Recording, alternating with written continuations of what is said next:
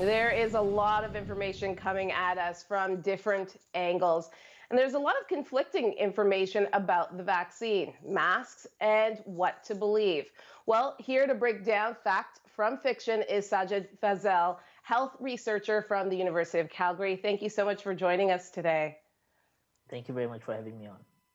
So, Sajjad, we just heard from a group that doesn't believe masks are effective in protecting us against COVID-19. In fact, they report that they have documentation that says that there is no scientific evidence to support the popular idea that people wearing masks will reduce infection rates and save lives. Should we be wearing masks, Sajjad?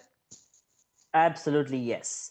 And it's not a popular idea, rather, it is based on scientific evidence. So if you look at the research so far, and a lot of research has shown that masks do prevent the spread of COVID-19. And more so how it is, Maggie, it's that if you're wearing a mask, it actually traps the droplets from your nose and your mouth when you talk, when you're shouting, when you're coughing. It stops those droplets from being suspended in the air, because those fibers in the masks are what traps the droplets. Now, of course, it depends on what type of mask you're wearing. We advise people to wear a 3-layer cotton mask, which is best at preventing those droplets from being in the air. And we know that those droplets, the SARS-CoV-2 virus is in those droplets. So yes, it does help prevent the virus, and it's an effective method. Okay. One of the other things that we're seeing in social media and other platforms is that COVID is just as deadly, or not as deadly as the common flu, that the common flu is more deadlier than COVID. Is that true? Not quite. So we have to take into consideration the population we're discussing about. So for those who have chronic diseases and comorbidities, yes, COVID-19 is very lethal for them. And at the end of the day, COVID-19 spreads faster than the flu, and COVID-19 has a higher mortality rate. So if you look at the flu, the mortality rate is very small. It's almost around 0.1%. But when you look at the COVID-19, it's up to 3 to 4% in certain groups of people. It's much higher. It spreads faster, it kills more. The only thing is that it can go undetected, because some symptoms may not show up to 7 to 14 days after you've been infected.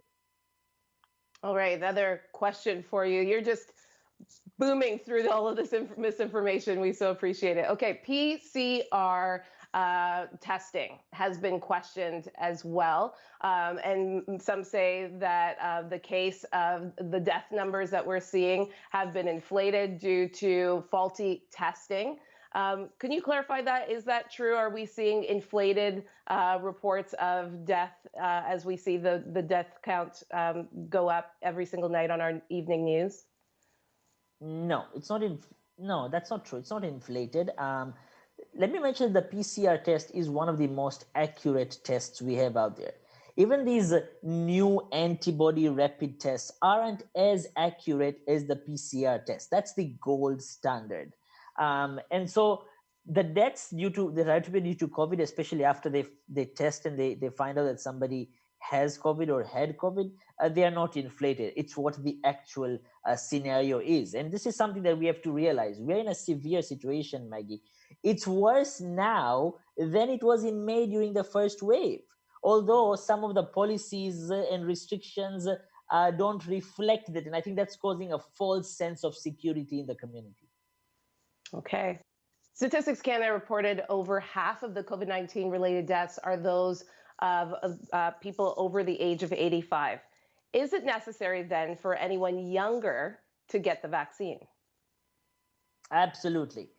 Because yes, the number of deaths are mostly to those who are the older population, but that doesn't mean if you're young, you won't be infected or you won't have severe disease and death. There is a good number of people who are younger who have contracted COVID-19, have ended up in ICUs, and there are those who ended up in the graves too. So this is something to keep in mind. And I mean, I'm using that type of language, but I think we have to realize that the severity of the situation we are in right now. We used to have up to 1,500 cases per day. Now we almost, as a Canada nationwide, almost 5,000 cases a day. And this is something we have to take into consideration and be serious about.